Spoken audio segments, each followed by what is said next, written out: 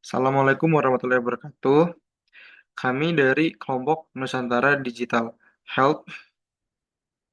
Oke, boleh di next. Perkenalkan di sini ada saya sendiri, Muhammad Nugraha, lalu ada kawan saya Muhammad Hafiz Alper Pasaribu. Oke, boleh di next. Oke, untuk background organisasi sendiri, Seni Nusantara Digital Health adalah perusahaan teknologi kesehatan digital yang bertujuan meningkatkan akses layanan kesehatan di Indonesia melalui platform terintegrasi. NDH sendiri menghubungkan pasien, dokter, dan rumah sakit dalam satu ekosistem digital yang memungkinkan masyarakat melakukan konsultasi dokter secara online, menyimpan rekam medis elektronik, serta melakukan pembayaran layanan kesehatan secara lebih mudah dan efisien. Saat ini, NDH memiliki sekitar 500 karyawan dan lebih dari 2 juta pengguna aplikasi, serta bekerja sama dengan 50 rumah sakit mitra di Indonesia. Untuk mendukung operasionalnya, NDH menggunakan infrastruktur teknologi modern seperti aplikasi mobile Android dan iOS, backend microservices dari Python dan Node.js, database dari PostgreSQL dan MongoDB, serta Cloud AWS dengan sistem keamanan autentifikasi auto dan multi-factor authentication atau MFA guna menjaga keamanan data kesehatan pengguna. Next. Metodologi aset kritik. Di sini metodologi aset kritik, pendekatan aset kritik berfokus pada perlindungan aset paling berharga dalam organisasi dengan cara mengidentifikasi aset kritikal, memahami ketergantungan sistem, mengenai risiko yang mengancam aset.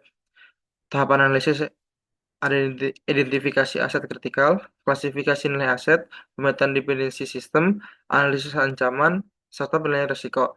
Untuk aset kritikal NDH ada database rekam medis, dari jenis data dan sangat tinggi.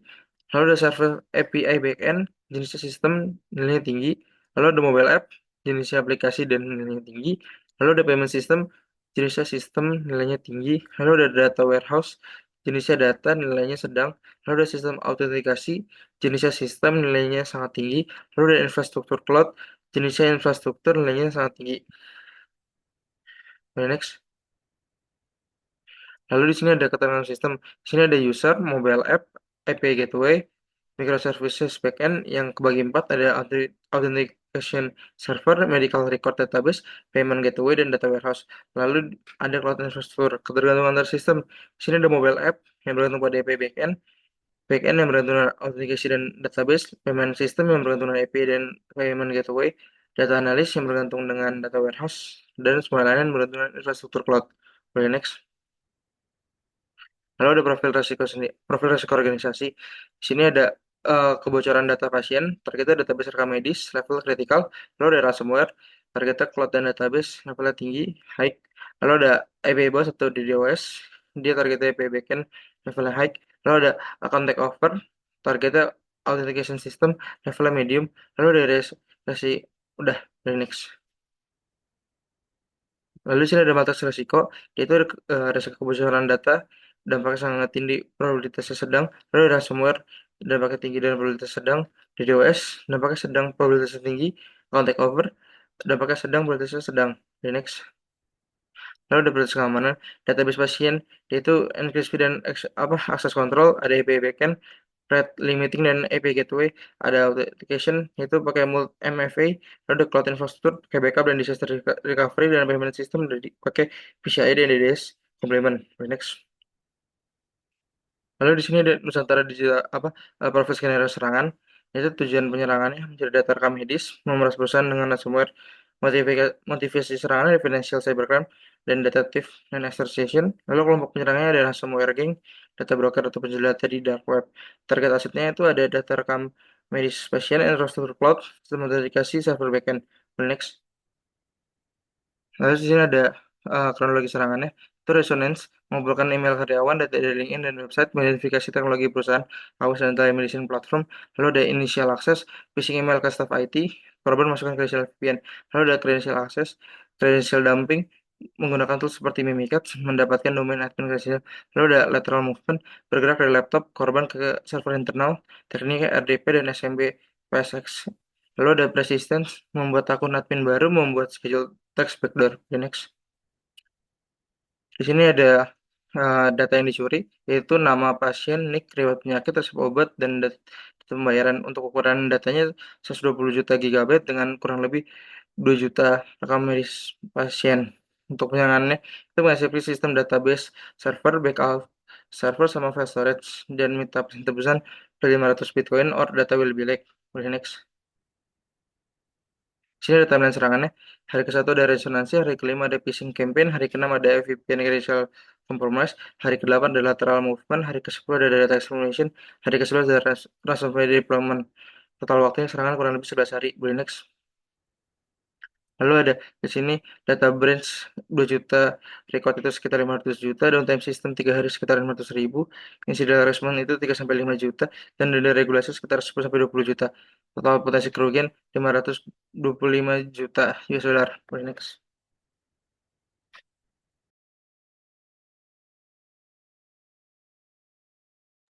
Baiklah, berarti untuk evaluasi kesiapan organisasi, di sini kami menggunakan penilaian dari 0 sampai 3, di mana 0 adalah tidak diterapkan, 1 itu sebagian diterapkan, 2 diterapkan tapi masih belum matang, dan 3 baik atau matang. Untuk rata-rata gap yang ada di NDH sendiri, di 1000 domain HCR ini, kita memiliki domain gap lebih kurang lebih 1 atau 2. Selanjutnya, untuk laman guide sendiri identifikasi yang pertama adalah ada domain training dan awareness, di mana keberhasilan penyerang memperoleh credential VPN phishing terhadap staf IT NDH. Hal ini menunjukkan kekurangan pelatihan kesadaran keamanan, sehingga penyerang dapat dengan mudah memperoleh initial access ke NDH.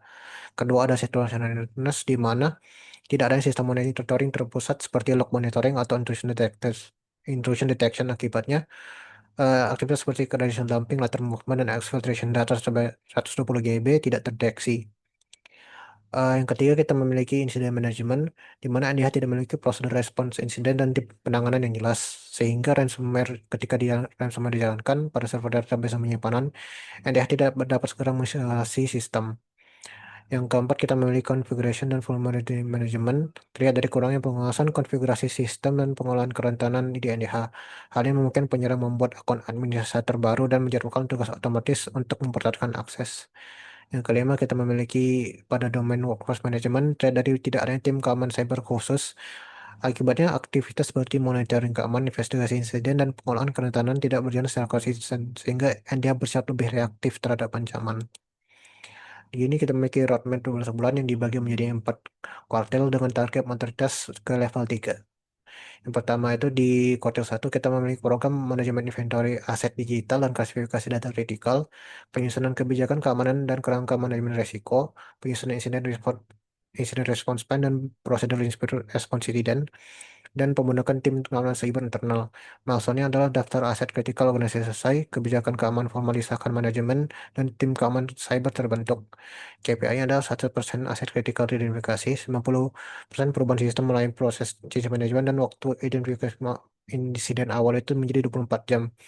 ROI keamanan adalah investasi pada data keamanan dapat mengurangi kemungkinan kesalahan konfigurasi dan akses ilegal yang terjadi pada di awal serangan. Ke Pada kuartal kedua, kita memiliki implementasi sistem monitoring log dan analisis keamanan, implementasi kontrol keamanan endpoint dan akses, pelatihan keamanan cyber dan simulasi phishing, dan penguatan pengolahan akses pengguna. Milestone-nya itu adalah sistem monitoring keamanan aktif, pelatihan keamanan pada pertama dilakukan, dan ke sistem logging terpusat tersedia. KPI yang didapatkan adalah 1% server critical terintegrasi dan monitoring, penurunan tingkat keberhasilan phishing, dan waktu deteksi insiden menjadi kurang lebih 12 jam.